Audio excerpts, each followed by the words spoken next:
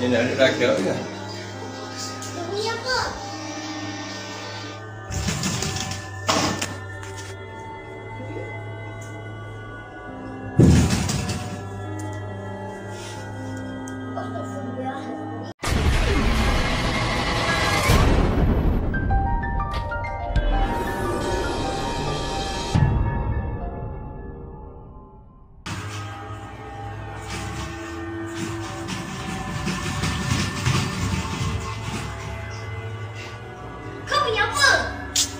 Mga Ricardo, rin po.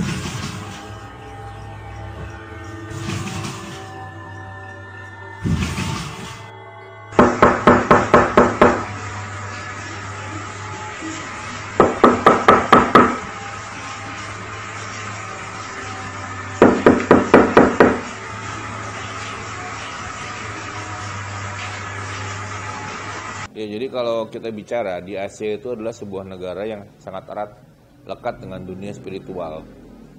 Kalau sekarang ini kita bilang bisa iya dan bisa tidak, tetapi kembali lagi kalau saya lihat dari energi dan getaran yang muncul dari setiap perkataan dan cerita orang-orang dari mulut ke mulut ini lebih pada mengacu pada keilmuan. Jadi mengacu pada konteks orang mempraktekkan keilmuan yang berkaitan dengan ilmu kegelapan, ilmu hitam, ilmu kegelapan. Zaman dulu ilmu-ilmu seperti ini digunakan untuk mencari kekayaan. Jadi kalau misalnya begini, pasti ketok, tok, buka pintunya, orangnya nggak ada. Sebenarnya orang yang di luar sudah masuk ke dalam. Nanti nggak berapa lama si empunya rumah sakit berkepanjangan, bahkan tidak sedikit yang sampai meninggal dunia. Artinya dalam hal ini di Indonesia terutama juga hal-hal seperti ini juga sangat erat lekat. Kalau kita pernah dengar cerita beberapa di wilayah Jawa, daerah Jawa Barat, Jawa Tengah sana juga pernah ada beberapa peristiwa kurang lebih mirip. Jadi mirip seperti itu. Tuk. Begitu dibuka nggak ada orangnya. Cuma kalau yang sekarang di Malaysia ini dibuka nggak ada orangnya, nggak ada peristiwa kelanjutan. Mungkin ada peristiwa kelanjutan tapi juga tidak terekspos. Kalau rumah ini rumah biasa dan tidak ada benteng, tidak punya proteksi, yang dari luar masuk ke dalam jadi mudah. Biasanya nanti paginya atau malam itu langsung atau besok mereka sakit. Ada hal yang tidak baik yang menimpa keluarga mereka. Itu lebih kepada sebuah peristiwa yang berkaitan dengan keilmuan orang masa lampau yang orang-orang tersebut memang menggunakan keilmuannya tersebut untuk mencari kekayaan. Jadi orang zaman dulu ini saya sebut nama ilmunya lupa, tapi itu ada di daerah Asia. Kalau kita bicara Asia itu tentu termasuk Indonesia, Malaysia, Thailand dan lain-lain lah, itu wilayah di Asia. Brunei juga mungkin, kemudian daerah Singapura itu ada keilmuan semacam itu. Jadi kita menggali keilmuannya dengan benda-benda kuno masa lampau yang jika digunakan kita jadi seperti tidak tampak.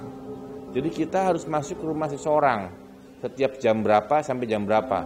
Ada beberapa model. Ada yang cuma masuk saja, nanti nggak berapa lama orang tersebut jadi sakit atau juga bahkan meninggal dunia. Ada pula yang begitu masuk ke dalam rumah, pintu ditutup, dia memperkosa. Justru ini yang pernah terjadi di Indonesia dulu, pernah kita dengar ada kolor hijau dan kawan-kawan ya. Ada pula yang setelah masuk ke rumah meninggalkan sebuah petaka, bukan kaitan sakit tapi lebih pada kerugian yang luar biasa. Dan itu misalnya rumah tersebut misalnya menyimpan emas, menyimpan berlian atau apapun yang berharga, tiba-tiba setelah ketuk pintu dibuka, tidak melihat siapapun, tutup lagi, besok pagi kehilangan barang. Jadi hal-hal seperti inilah yang lebih berkaitan pada dunia-dunia spiritual. Tinggal modelnya macam-macam. Ada yang hilang barang, ada yang mulai menjadi sakit, ada yang seperti nggak kelihatan, nggak kerasa apa-apa, tapi pasti ada sesuatu yang mereka lakukan sehingga buat mereka melakukan itu ada untungnya begitu.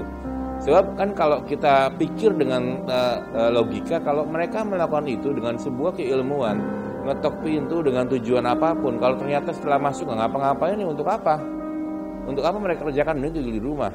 Konsep terjadinya sporadis, jadi di tempat yang berbeda-beda, di jam yang sama dan umum, banyak pelakunya banyak sepertinya. Jadi lebih pada keilmuan. Kalau santet itu lebih mengarah pengacu pada seseorang. Misalnya si A atau si B atau si C. Tapi kalau ini tidak, lebih pada umum. di jam yang sama, di tempat yang berbeda-beda, mungkin berjauhan tempatnya dan kurang lebih terornya sama, diketuk tak tak tak tak tak tak. Kadang-kadang siapa itu? Siapa itu? Kadang-kadang seperti itu. Begitu dipanggil dibuka nggak ada orang. Jadi ternyata sebenarnya dia di dalam. Jadi begitu dibuka, orang di luar itu nggak ada, ternyata dia itu sudah di dalam tanpa kita sadari. Begitu kita menutup pintu, nah orang tersebut melakukan aksinya. Seperti itu. Yang penting masuknya dibukakan pintu syaratnya.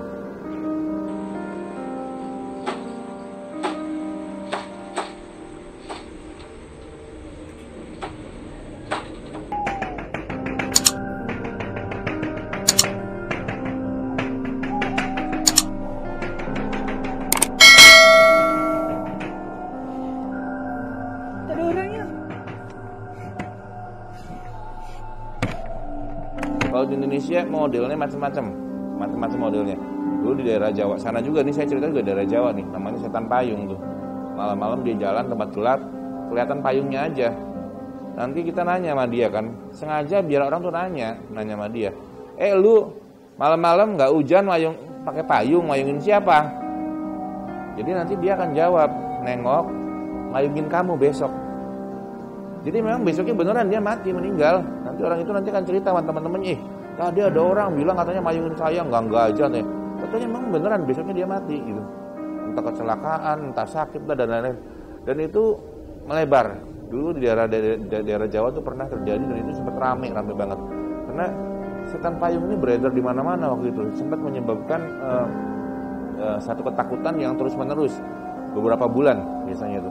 Kalau misalnya setelah terjadi teror ketok pintu, dibuka cuma masuk doang, nggak ada apa-apa ya nggak mengganggu. Tetapi kan pengertian mengganggu kan diberikan kepada kita, mengganggu atau tidak kitanya. Kalau setelah dia masuk duit kita hilang ya nggak ganggu dong. Kecuali kita orang kaya banget, uangnya kita hilang, alhamdulillah ya lain. Itu kan orangnya kaya banget. Tapi kan kalau orang yang kondisinya mungkin nyimpan uang sak gitu-gitunya, begitu dibuka uangnya hilang kan kasihan.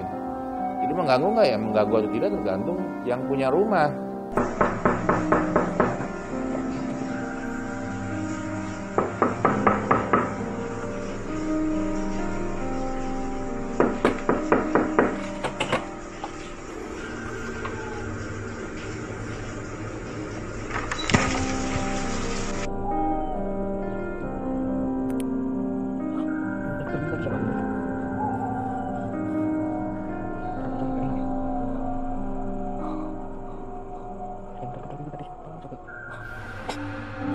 Izin Pak.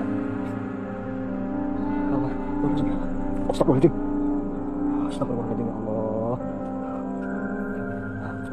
Oke sebentar. Teman-teman. Ini saya. Supaya tidak terjadi lagi, nah tentu perlu melakukan sebuah proses, sebuah konsep ritual.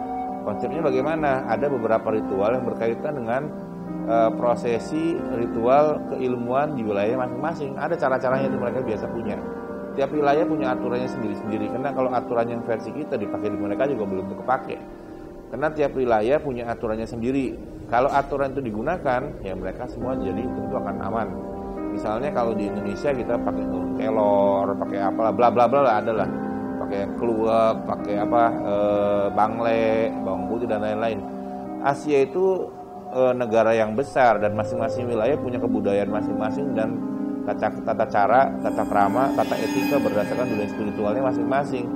Kalau kita cerita Thailand juga macam-macam Thailand. Kemudian juga ada, kalau kita lihat Malaysia kan berbatasan pulaunya Pulau Kalimantan tuh. Orang namanya Pulau Kalimantan masih pedalaman loh, masih luar biasa juga di sana orang-orangnya.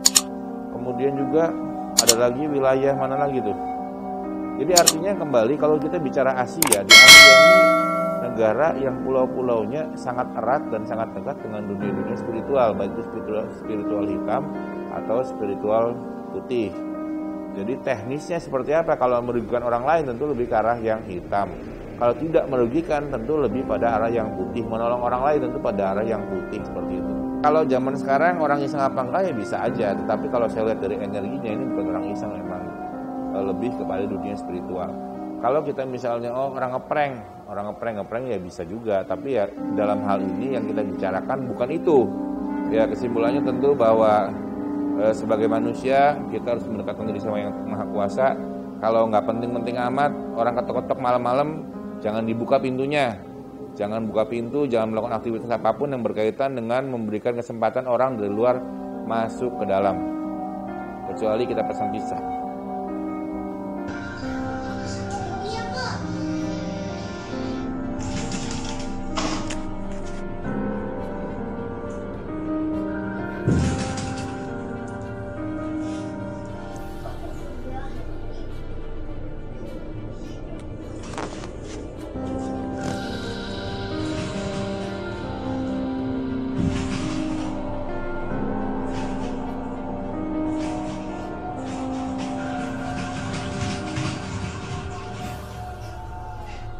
Kau punya apa?